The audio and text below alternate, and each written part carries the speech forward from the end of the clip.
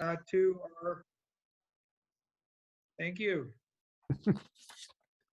Welcome to all you Westerners and guests here to Zoom. So we've got a great program this evening from our own John Silato, the most interesting of all Mormons, D.H. Roberts. Our current plan, so for your information, is next month to have in-person meeting in the Alta Club, but also to have a streaming by Zoom. We'll have a hybrid meetings for a period of time. Wow. I think Don is on the phone. Could that be it? Yeah, could we have everyone who's not actively speaking mute, or Yeah. whoever has the floor? Yeah, exactly. Mute all. Everybody mute. I'm not on twice, for sure. Okay. That call just came in and I just turned it off. Okay. Let's mute everybody. Everybody who's not, other than me right now, let's mute, okay? And then we'll just take turns. Thank you. We still got a little bit, maybe? I think it's coming from Roger Chance. Roger? Does that sound right? Roger, could you mute your computer or your phone? Yeah, can't unmute this. Craig, you can't What? you can't do that with individuals, can you? What do you want? I think I can, but I'm trying to find him, trying to get. Zoom? Zoom?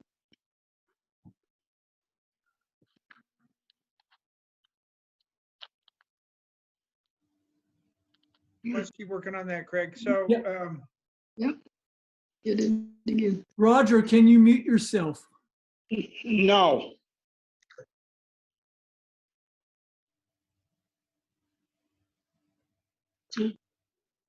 Cannot. No, so yes I can. Yes I can, right here. great. Got it. Thank you, Roger. All right, so are there any guests who'd like to be introduced tonight? Is anyone who'd like to introduce guests you have? Let's do that now quickly. All right. I have a guest, a friend of mine, and also a friend of our speaker tonight by the name of Fred Large. So, welcome, Fred. Thank you, Mike. Welcome, Fred. Thank you. Thank you so much. Anyone else want to introduce our guests? My name's Tyler Bond. I'm a guest of Scott Snow. I've been Great. on here several times, but enjoy the programs. Thanks, Tyler. Scott told us you were going to come, and welcome. He's not, I don't think he's here tonight. No, he couldn't make it, and he also invited my brother-in-law John Gonzalez. He just took a trip to Duluth, but he said he was going to try to get on. So if you see his name, John Gonzalez. Thank you. Anybody else? Okay. As we all know, Will Bagley died a week ago. Not a week ago, he died a while ago, a week after his last appearance with us at Utah Westerners. It was such a nice thing at the Alta Club to see Will walk in. It was such a horrible thing a week later to find out that Will had passed away.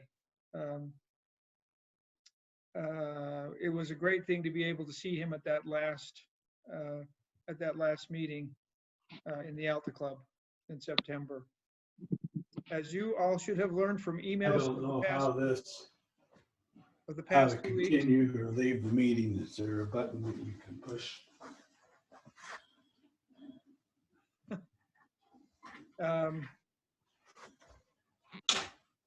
You should have gotten emails regarding a memorial for Will for this coming Sunday evening, October 20, I think it's October 24th at 7 p.m.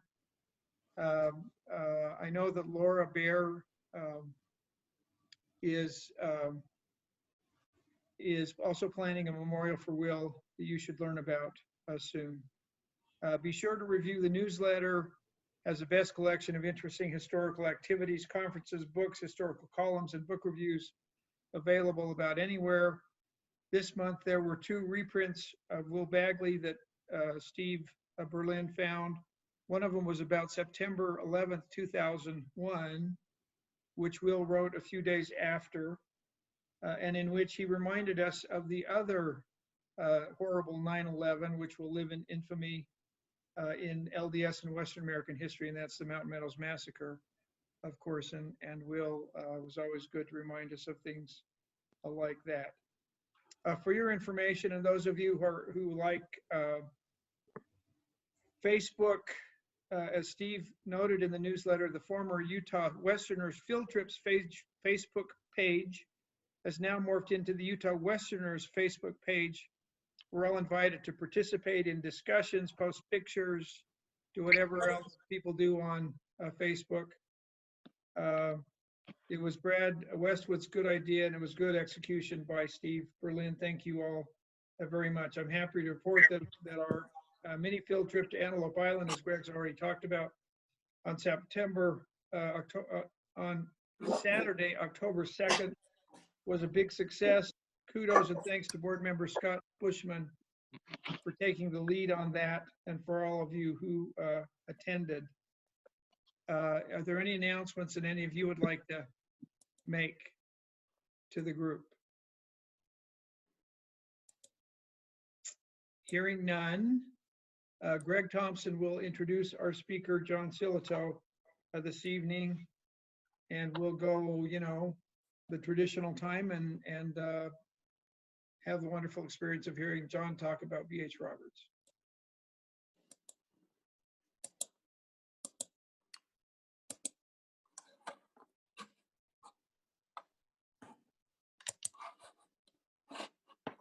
Podium mine, Ken? Okay.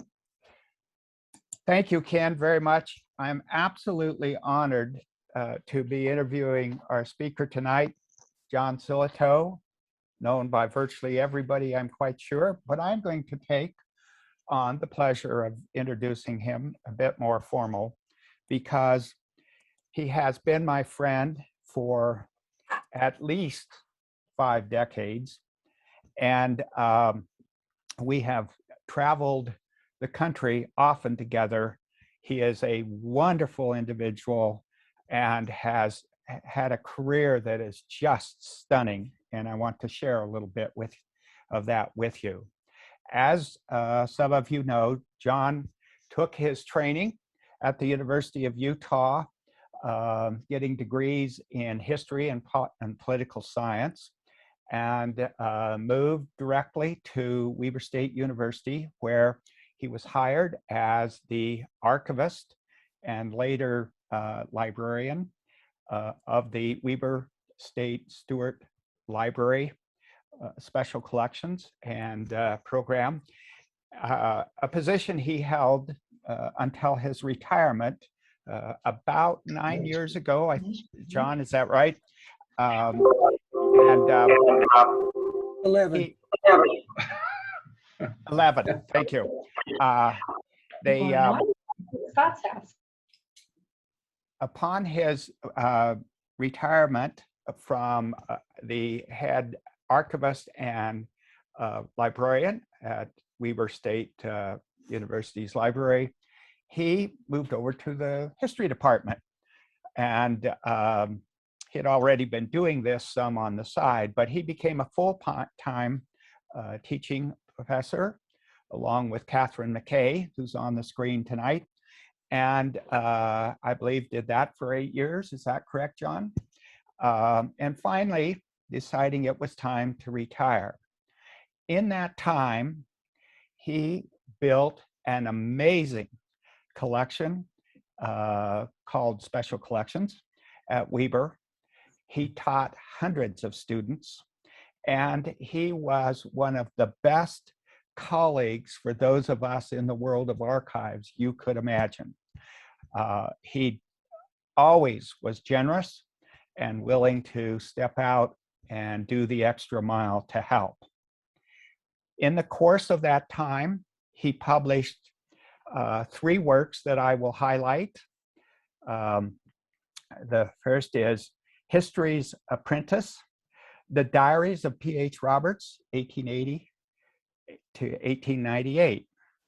With John S. McCormick, he authored A World We Thought We Knew, Reading in Utah History. He also authored with John McCormick A History of Utah Radicalism, startling, socialistic, somewhat sarcastic too, and decidedly revolutionary. The John that I got to know was one from many, many trips traveling across the country to conferences, book fairs, and seeking to add to our respective collections. When you traveled with John, you had to have your A hat on, because you were going to go to the nearest Major League Baseball stadium for a game. You were going to go to the very best bookstores in that city. I don't care what city it was in. And because he was a historian of the Beat era, you would get an education on what the Beat history in that community was all about. Now, if you went to the Bay Area, you were in for a real treat. And one of the classes that John taught for some years was a class on the history of the Beat generation and the Beat era. And you got to go, if you were in that class, to San Francisco. And John would take you to the City of Lights, the Volcano Bar across the alley where Jack Kerouac hung out. You would go on a tour through Chinatown on the way to other sites related to the history of the Beat in the city. A wonderful experience. John has been a wonderful, wonderful career, companion in career development with me, and a colleague, word I was trying to say. And I am so excited to see that he has published, after much work, his soon to be on the streets, B.H. Roberts, A Life in the Public Life. This book I'm anxious to see, because I have watched John work on this for at least a decade or more. And we are in for a treat tonight, folks. Please welcome my colleague, my friend, John Silato. Well, thanks, Greg, for that generous introduction. Let me just make 3 quick comments on that. Not long after Linda died, I was in a low moment, and Greg Thompson said to me, "Come with me, my lad. We're going to an SAA meeting." And off we went to Chicago, as I recall, and it was something that I desperately needed and will always remember. I should also mention that Beat class was co-taught with my good friend Carl Porter, who's the real Beat expert, and the Dylan expert, I should say. We had a good time. One time, I don't know, I don't want to drop names, but I don't know if you know the name Diane DePrima, who just recently died, author of Memoirs of a Beatnik. And at one point I said to Diane DePrima, I said, "I read a poem of yours. It talks about people in Salt Lake City, wearing gauze-covered tchotchkes." I said, "I've never seen any gauze-covered tchotchkes in Salt Lake City." And Diane DePrima says, "You didn't know where to look." So I'm still looking, and maybe I'll find them. And it was a real eye-opening experience to me. I'm a bit of a Luddite, and I have a little bit of a cold, so take that into account tonight. I also hope that no one has the Twitter account Roomrater, so they can comment on my ambiance in my room or my performance, but we'll see if we can make this happen. Recently, I found a passage in Ron Chernow's masterful and long biography of George Washington, which resonated with me in regards to Roberts. Quote, "The furnace of ambition burned with a bright, steady flame inside this diligent boy. By any ordinary standard, he was an exceedingly smart man with a quick ability to grasp ideas and showed a steady capacity to acquire and retain useful knowledge." Damn, I wished I'd written that sentence. It's a pretty good one. As Greg said, I've literally spent most of the current century trying to understand B.H. Roberts. In the book he mentioned, History's Apprentice, and for too many years, way too many years in this new book of B.H. Roberts, A Life in the Public Arena. All biographers are driven by the need to understand their subject. No, we could do that. That sounds good to me. You want to do that? Still, it would be arrogant to assume that I completely understand B.H. Roberts. Do you have like a Bluetooth connection or an Apple? Are you at HomeKit? Bud, would you quiet yourself, please? Oh, okay. A good connection. Although I've Ed, had can you mute yourself? some, that may make a difference. There we go. There we go. Yeah, it was pulling you up over there. No, we don't. Obviously, Sorry. I'm not the only Luddite here. So, anyway,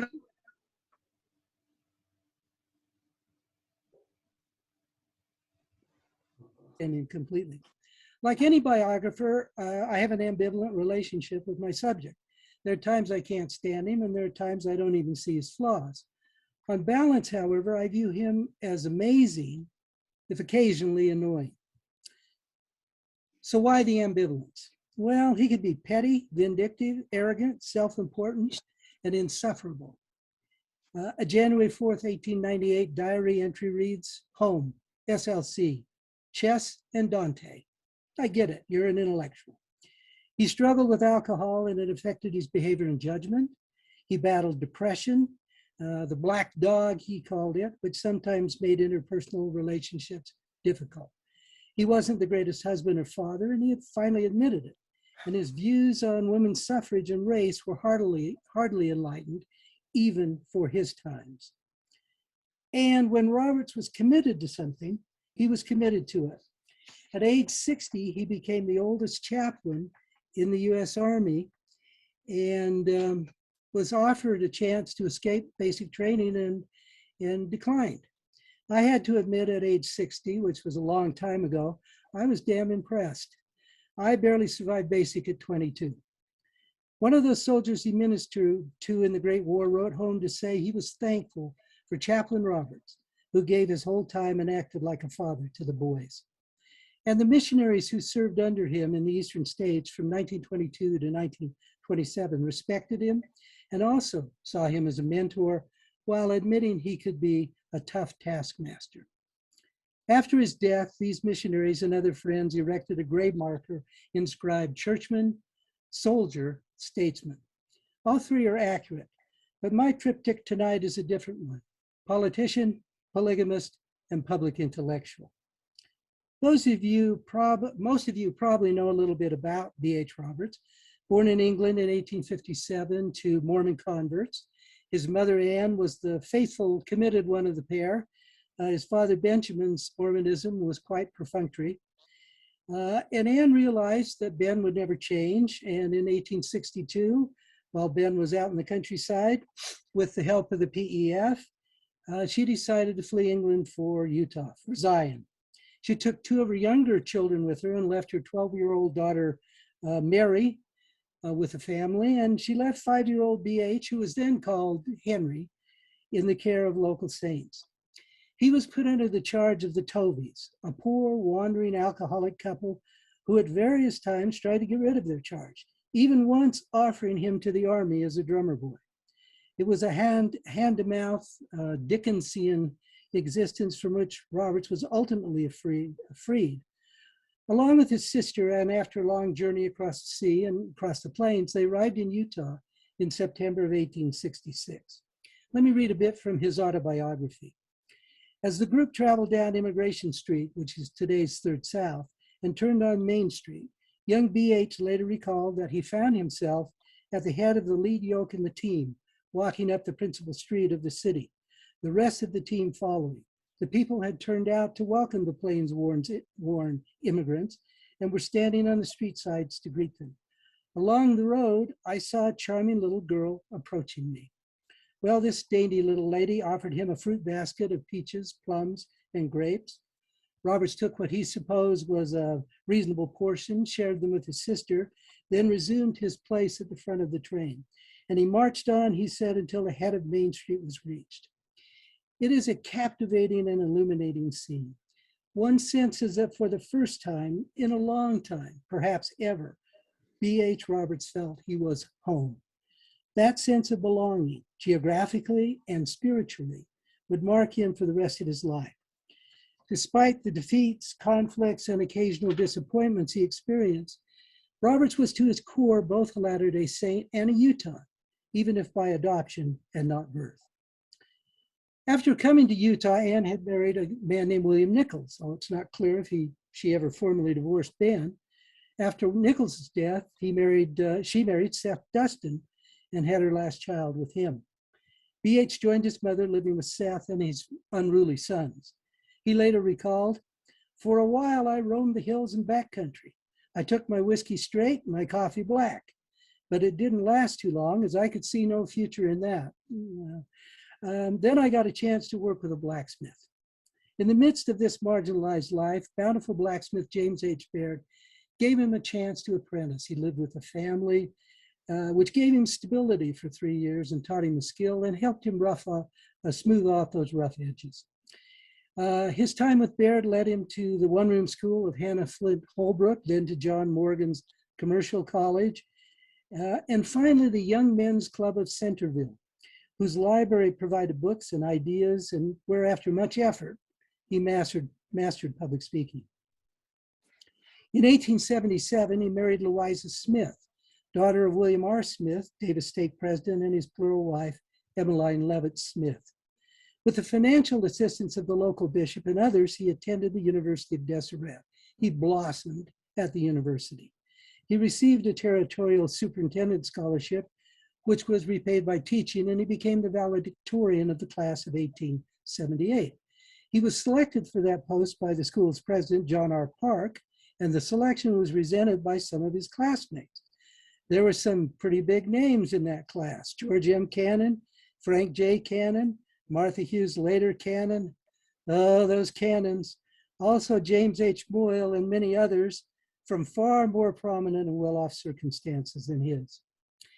In his remarks, Roberts praised the excellence of the training he and his classmates had received, and he singled out Park. He was speaking off the cuff, and he felt that his remarks were a failure. At the conclusion, however, Joseph F. Smith, who was on the stand, restored his confidence when he laid his hand upon my shoulder and said, "Them's my sentiments too." That remark cheered my mind. Let's turn to the first P, politician. Not long after that graduation, Roberts taught school, fulfilling the requirements of his scholarship, and left for his first mission. Initially, it was in Iowa, but the climate was hard on his sinuses, and he was shortly transferred to Tennessee. It was there in August 1884 that two Mormon missionaries, John H. Gibbs and William S. Berry, were murdered at Cane Creek. Roberts, disguised as a tramp, retrieved the bodies and had them returned to Utah. The event gained press attention in Utah and literally throughout the nation. At age 27, he was a household name among the saints, and his prominence combined with a predisposition led him toward politics. He was known as the blacksmith orator because of his apprenticeship, and he supported what was then called sagebrush democracy, the Utah Democratic Party in the pre-statehood days. He operated mostly on the Davis County level, where he was elected to the Constitutional Convention. It was here he opposed women's suffrage. Even though the Democrats had declared at the Territorial Party Convention, they were unequivocally in favor of women's suffrage. Roberts was advised by the first presidency not to impede passage of a women's suffrage clause in the Constitution, but he did so anyway. He said he caused much outrage among what he called our prominent ladies. True enough. He knew there was overwhelming support for suffrage, but he also knew there was some opposition. He intended to be the leader of that opposition. Well, why oppose it?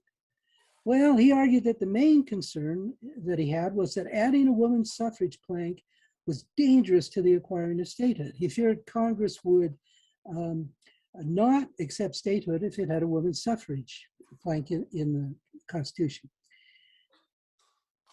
His career gets complicated in this period of time, and it's not his highest moment. At one point, he told the convention, "There's not a suffragist among you that has a higher opinion of women than I do." Moreover, he told his colleagues that the influence of woman as it operates on me never came from the rostrum. It never came from the pulpit with a woman in it, never came from the lecturer's platform with a woman speaking in it. It came from the fireside. It comes from the blessed association with mothers, sisters, wives, daughters, not as Democrats or Republicans. He made several other points, including the franchise ought to be confined to those who are capable of acting independently, and such was the relationship of woman in the family. She was not capable of acting thus, without dictation or the suspicion of dictation from her husband. Voting, he said, was a privilege, not an inherent right. The great mass of women of voting age, he said, were already sufficiently represented in political matters by husbands, fathers, sons, and brothers. Suffrage supporters had not proven that the steady refusal to grant women the elective franchise was unwise. He also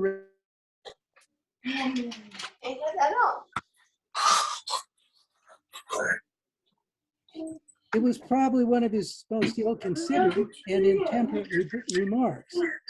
And yet it was also probably honest and revealing. He asked his colleagues to imagine a man who returned home after a hard day from struggling to elect the candidate which, quote, he believes will serve the interests of the people, coming home from the sweat and heat of a campaign meeting, tired and weary of the world, only to be met at the door by a wife opposed to him politically, thus forcing him either to go over the fight on the issues of the day or else observe a sullen silence because of the impropriety of engaging in a discussion along these lines. Gentlemen, he implored, leave the home alone. Keep political strife out of it. Women of Utah, be content to reign over the empires of domestic life, and it will bring more joy to your hearts than all the success you could have in casting your ballot at the polls. Well, needless to say, his remarks raised the ire of pro-suffrage forces. Ultimately, the suffrage plank was adopted overwhelmingly. The Constitution was ratified overwhelmingly, and the whole episode represented, I think, a pretty serious flaw on Roberts's character and judgment. After that, because of his political interests, 2 congressional campaigns followed. One that same year, 1895, where women's suffrage dogged him when he first got in the race. He repented, said he was wrong, offered mea culpas. Nobody in Congress would be a bigger supporter of women's suffrage than me, he said. And he convinced some women, mostly Democratic women, to support him. The main issue in that race wasn't women's suffrage. It was popular in Utah. The main issue was the coinage of silver at 16-1. Roberts lost a close race, but in the doing, his candidacy led to conflict with church leaders.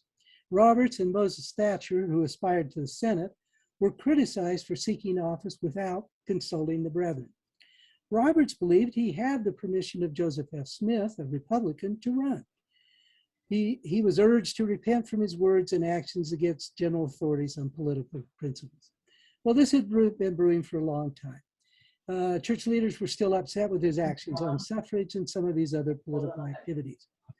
It came to a head in the spring of 1896 when Roberts' ecclesiastical activities as the member of the Quorum of 70 were suspended. Ultimately, Roberts finally apologized for his actions. Thatcher never did. In April 1896's conference, the church issued what is called the Political Manifesto, which says in part, before accepting any position that would interfere with the discharge of ecclesiastical duties, a leading church official should apply to the proper authorities to determine whether he could function adequately in both positions. Well, Roberts ran again in 1898. The church kind of sent him on a mission in 1896 to get him out of town, and he won. He won overwhelmingly. Polygamy was an issue in the race from the very beginning. Roberts won with 5,600 votes, more than the Republican candidate. He carried 18 and 27 Utah counties, including Salt Lake, Utah, Weber, Davis. And almost immediately here in Utah and throughout the nation, there were calls for his expulsion from Congress. This was led by the publisher William Randolph Hearst, and a number of evangelical Christians were at the forefront, including Nellie Gould, the very wealthy daughter of Jay Gould, who bankrolled the whole effort. Denouncing Roberts was, by extension, battling polygamy specifically and Mormonism generally. Ultimately, 7 million signatures were gathered and presented to Congress. Congress faced really two choices: either seat him and then throw him out, or not seat him at all. The second prevailed, and he had little support from the Democrats as well as Republicans who controlled the legislature. Let's turn to the second P, that of polygamous. He married Celia Dibble in October 1884. She had been one of his students. He went to England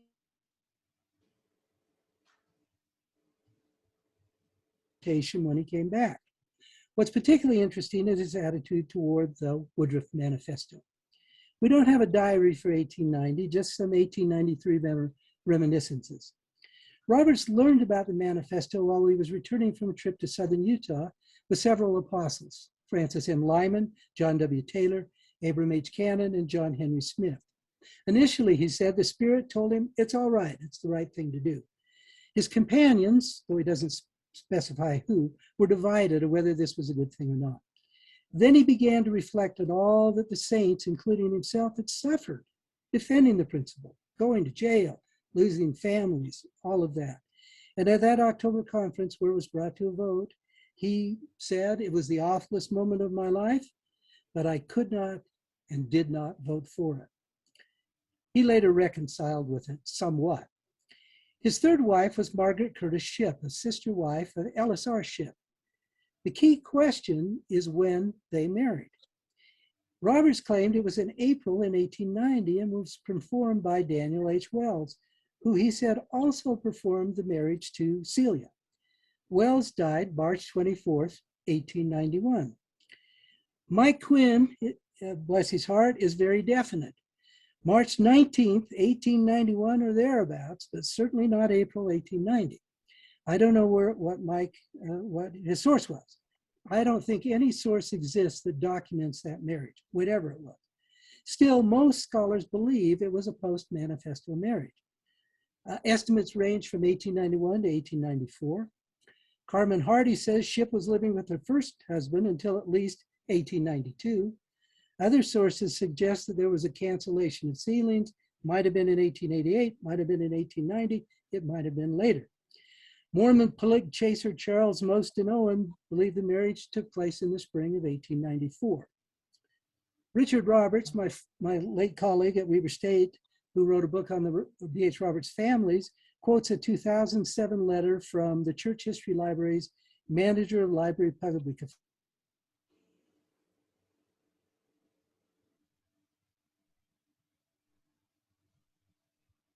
performed it. They were probably married sometime, this person said, between late 1892 and 1894. And the marriage was post-manifesto, and there is probably no paperwork existing to prove the marriage. Roberts testified in the Smoot hearings that it took place in 1890. The 1900 census lists Margaret as married for 10 years and the head of the household, no BH listed. The 1910 census says he and Margaret were married 20 years. They're both listed living in Salt Lake. By 1920, Margaret is listed as married and the head of household. In both 1900 and 1920, Roberts is listed as living with his first wife, Louisa, in Centerville. He also stated at the Smoot hearing that he had not told either Louisa or Celia for 2 to 3 years to avoid embarrassing them. Very interesting. Between 1890 and 1895, Louisa bore 2 children, Hortense in 1891 and Kathleen in 1895. Celia bore 3, Harold in January 1890, Richard Roberts' father, Hazel in 1893, and Neola in 1895. Later, Celia had 2 sets of twins, Joanna and Georgina, who were both born in 1897, and David and Lawrence in 1902. Roberts had 13 children, 12 of whom lived into adulthood. The last surviving of that was Lawrence, who died in 1982. Roberts could be pretty disingenuous when it came to polygamy. In November 1884, when he was asked by a reporter if he practiced polygamy, he replied, "Not literally or personally." Well, as we've seen, he married Celia a month early. According to Quinn, Roberts preached in 1893 in Colonia Diaz that plural marriage was a correct principle and will remain on the earth somewhere, and the sun will shine on it forever. Well, the principle seemed close to Roberts, although we only know of the 3 marriages. This provides an interesting interlude. In 1897, while on a special church mission in the eastern states, he met the attractive and flirtatious 23-year-old Leah Durham, the daughter of Susie Young Gates. He was smitten. Over the next few days, he came on pretty strong about her beauty, how attached he was, becoming to her, and oh, if it wasn't for the manifesto. He even hinted he was thinking of moving his families to Canada, where such things were possible. Throughout this infatuation, Leah kept her mother informed, and she strongly encouraged her to think about a possible marriage to the 40-year-old Roberts. Think of the children such a marriage would produce, she told her. As it turned out, Roberts was way out of his element. Young Leah, somewhat unofficially attached to John Whitsoe, who she later married, was used to more sophisticated suitors in the big city. An article in Every Month, an influential New York journal edited by Theodore Dreiser, gives us a clue as to why that was probably the case. Quote, "Miss Leah Dunford is the embodiment of fresh young womanhood and is one of the best types of Mormondom. She possesses the superbly modeled figure, the abundant flaxen hair, and the brilliant complexion of Scandinavian women. She is a striking looking girl and would be noticeable anywhere for her beauty and grace. Endowed with brains, she intends, however, to employ her talent in teaching, being a firm believer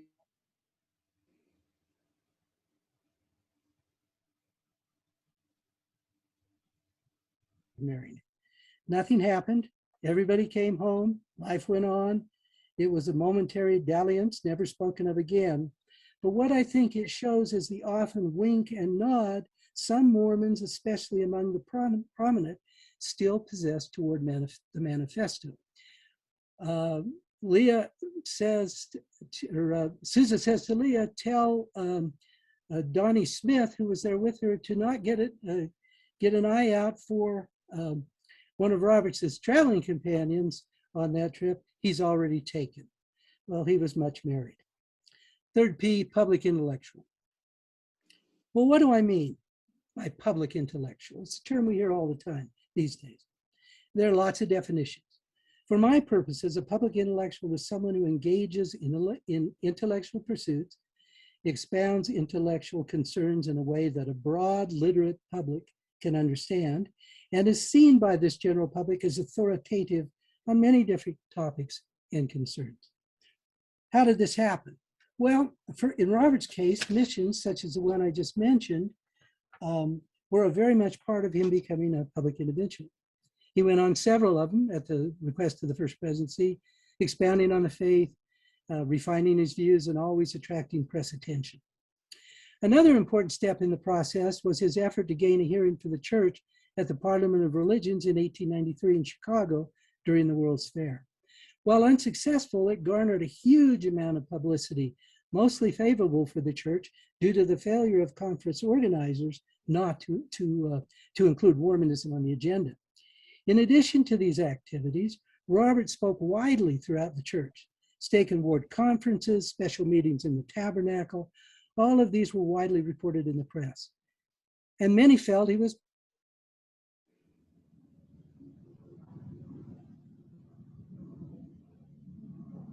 even fiction, bad fiction, in books, magazines, and newspapers.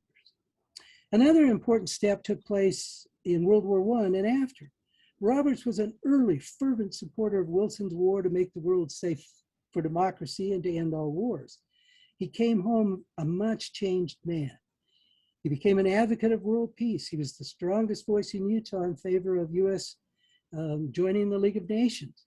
His foremost opponent, J. Reuben Clark. And indeed, his last major address before his death was on the subject of peace. From 1922 to 1927, he led the Eastern States Mission, very important assignment that took him to the major centers of influence in the Northeast, New York, Boston, Philadelphia, and DC. So he had a lot of things that put him into a prominent position. Despite all of this, there was a second stain on his character, and that was the stain of racism. Roberts first came into contact with Blacks on his mission in the South. That took place after the end of Reconstruction and not that long after the Civil War itself. In an April 1885 article in the Contributor, relying on the Pearl of Great Price and the views of John Taylor, he argues that those who had not been valiant in the pre-existence or followed Lucifer had forfeited certain privileges. One such group, he said, were the descendants of Ham, who had married Egyptus, a descendant of Cain, who had killed his brother, and thus was cursed with a mark. Roberts believed that mark, based on the Pearl of Great Price, was a dark skin. He further believed that the Black race consisted of those spirits who, while they may not have rebelled against God specifically, were not valiant in the great rebellion in heaven, and through their indifference rendered themselves unworthy of the priesthood. Some races, he said, were more faithful and noble and intelligent than others. Those who were none faithful, noble, or intelligent possessed a black skin. Well, he amplified these views over the next decade. In 1895, in a Salt Lake Tabernacle talk, he asserted that while the Negro race was able to enjoy the blessings of the gospel, they were forbidden the priesthood. In his book, 70s Course in Theology, Roberts quoted a Southern apologist, William Benjamin Smith, that the Negro is markedly inferior to the Caucasian, thus the commingling of the two must only lower the higher. In 1906, on one of those special missions, he accompanied George Albert Smith to the East and South. The mission was designed in part to assure Southerners that polygamy was no longer being practiced, that the church did not seek to gather converts to Utah, and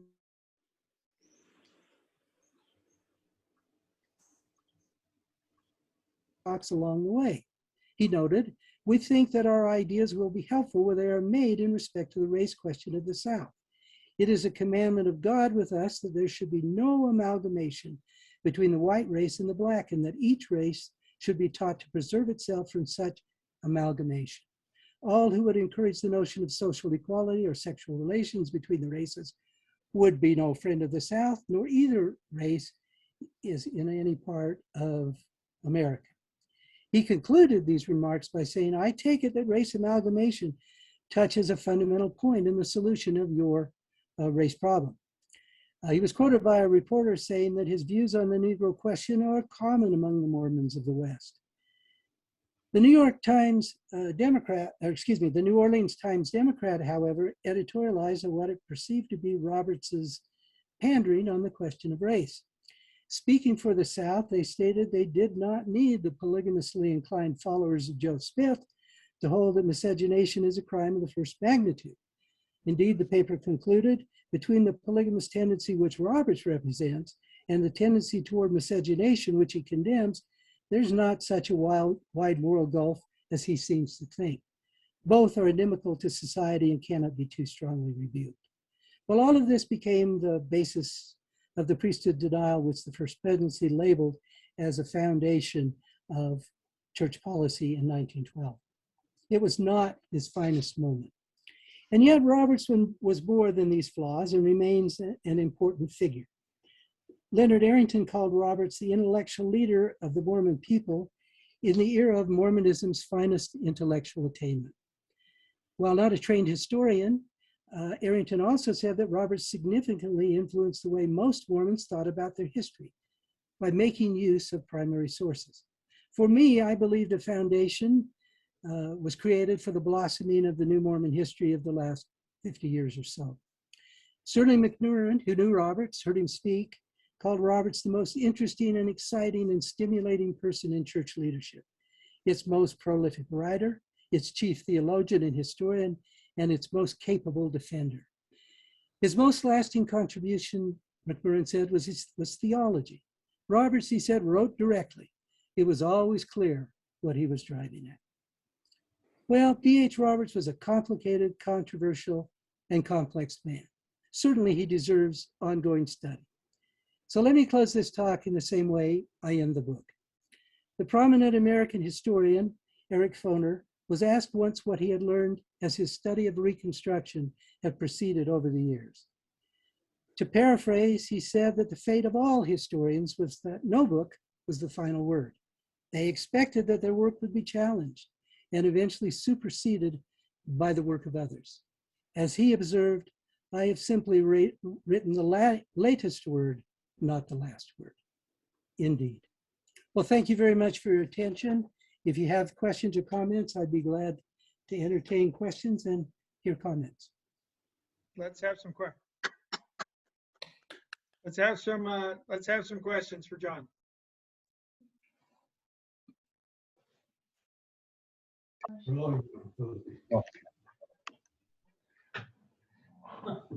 Did I wear you out completely?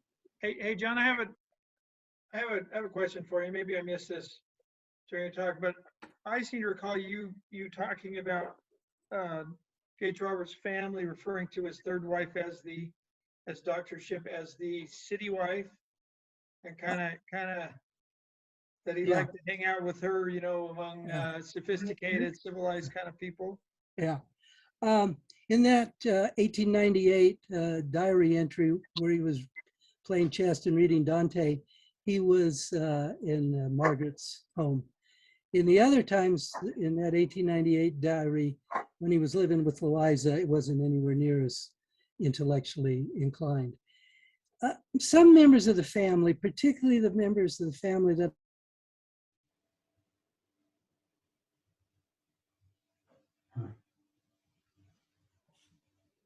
particularly Celia, it's just country wives. And John, for me at least, you just froze there for a minute. Was okay. that for everybody else? Yep. He believed that they were the country wives and Margaret was the city wife. And she was older than Roberts, but she was a doctor and more in his station. Ultimately, she lived with him in the New York mission. Celia was the last wife to die. Thank you. John, do you agree with Sterling's assessment? I do, yes. Sterling lamented the fact that Roberts had kind of fallen out of his favor, and he was glad that Roberts was coming back. You know, we had the B.H. Roberts Society for a few years. Of course, there's the publication of Way, Truth, and the Light. I didn't really get into, there are two questions I didn't explore because I wasn't qualified. One was his theology. To the degree I understand it, it seems to me that that was his strongest point. The other was his studies of the Book of Mormon. People say, did he believe in the Book of Mormon? I have no idea.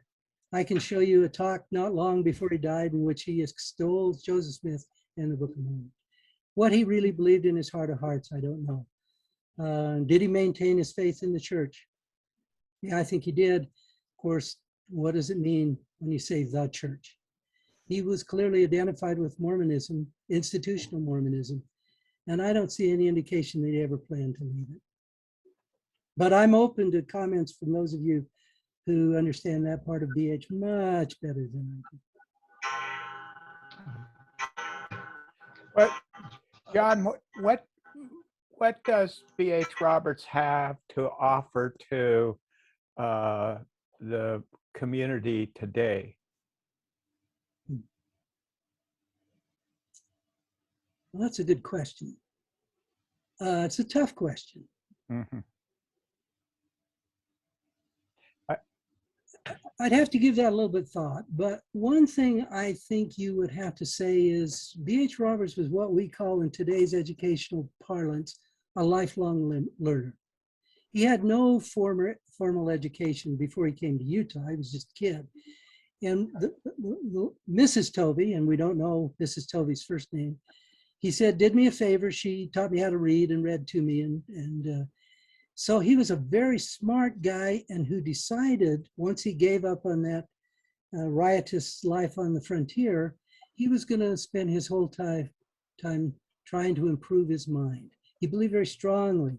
He encouraged Mormons in that early 20th century period to go off to good schools in the East and get a good education. He, as I say, he could be a little insufferable. You got the impression every once in a while when he read his diary, okay, I understand. You're the hotshot intellectual. I got it. You don't have to show us all the time. So he could be a little bit that way, but he was committed to education. One person asked me, so what would Roberts think of things like dialogue, Sunstone, the Sunstone Symposium, all the things that have flowered in the last 40 years? Who knows? I don't know. But I kind of think he would have seen them as a good thing, not a bad thing, not a threatening thing. He would have, maybe would have seen them, to quote my old friend Levi Peterson, that the Sunstone Symposium is Mormon liberals at prayer. I don't know, but I think he valued education in a way that not everybody did. Other than that, wow.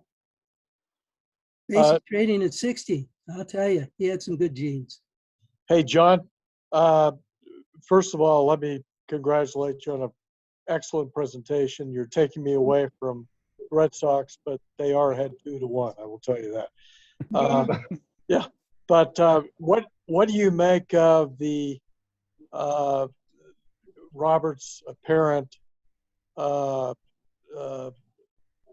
organization of meetings in various wards among general authorities to warn them off about problems with respect to the historicity of the Book of Mormon?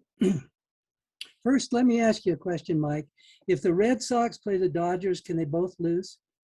I am not going to root for the Dodgers no matter what. So. Me too. Yeah. That research, Shannon Montez did that research. It came very late as I was in the process of me completing my manuscript.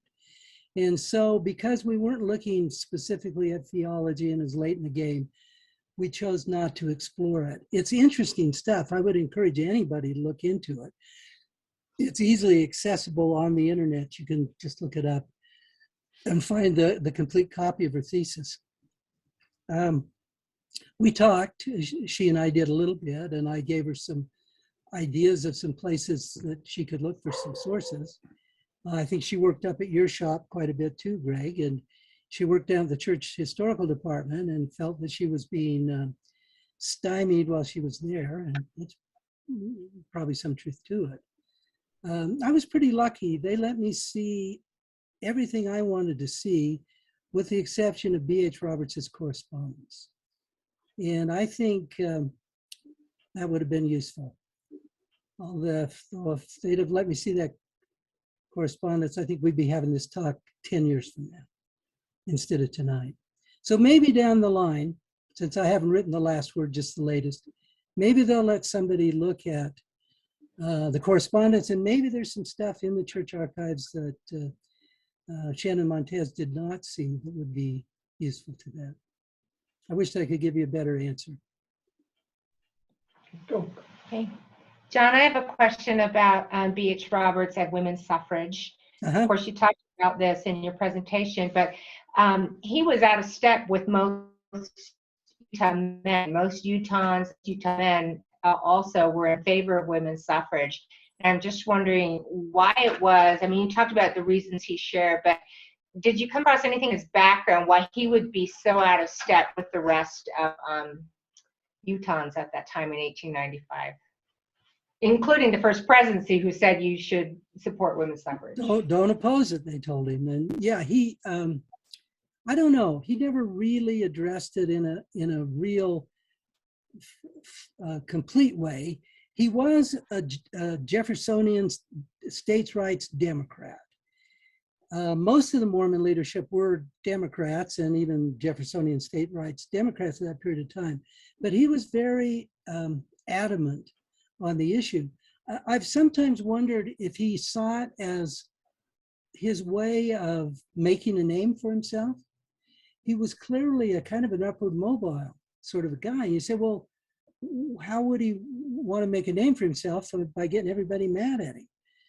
Well, I'm not sure I have an answer to that, except that he liked the publicity. At one point, the residents of Davis County wanted to get him thrown off the delegation. And a number of men, mostly Gentile, but not completely Gentile, rose to his defense. And they celebrated him to include inviting to dinner in the place that we usually meet one night to congratulate him on his stand. So I don't know whether he thought he was preaching to a segment that would be useful. The other thing is, once he decides to run for Congress in 1895, he can't say enough good things about suffrage. He was wrong. What was I thinking? And most Democratic women, Martha Hughes Cannon and some others, said, okay, we'll support you. A few Democratic women said, no thanks. And certainly Emmeline B. Wells didn't. Yeah, she called him a horrible man when he was elected. She said, I can't understand how people could vote for such a horrible man. And and said, I understand he's not much of a husband either. She also says in his diary that both Lorenzo Snow and George Q. Cannon, those cannons again, Lorenzo Snow and George Q. Cannon told her, do anything you can, publicly or privately, to see to it that he's not elected in 1898. You know, they thought it was the Mormons that elected him in 1898. It really wasn't. He carried Mormons voters, but he also carried non-Mormon voters in some non-Mormon precincts. And it was kind of tough for those evangelicals to make that charge. Didn't stop him from making it. Yeah, but it's not his finest moment, for sure. And why he just wouldn't back down. He's stubborn, I guess. I don't know. But it's Naomi Tate, and I just wanted to say that talking about Sterling McMurrin, I worked at O.C. Tanner's downtown for 30 years. And when Obert Tanner was alive, they'd all go to the Alda Club for lunch. He'd go to lunch with Sterling, and a whole group of wonderful intellectuals from all over Salt Lake. And they'd come in and they'd talk about philosophy. And it was always about an evolution of ideas. Mm-hmm. And it always was different. And they go one side and the other. And it was wonderful to behold.